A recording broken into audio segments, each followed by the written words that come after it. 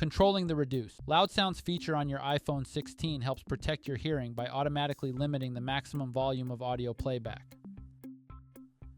To begin, swipe up from the bottom of the display to get to the home screen. From the home screen, tap on the settings icon. In the settings menu, scroll down and tap on screen time.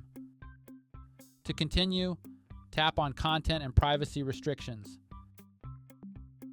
In the allow changes section, tap on reduce loud sounds. Now, choose between allow and don't allow. Allowing it grants or accepts changes made to the reduce loud sound settings. Otherwise, changes to the reduce loud sounds feature are denied or restricted unless this permission setting is modified. This iPhone feature provides control over volume limiting settings, ensuring safe listening levels. And that's it. Please subscribe to this channel if you found this video helpful. Thanks for watching.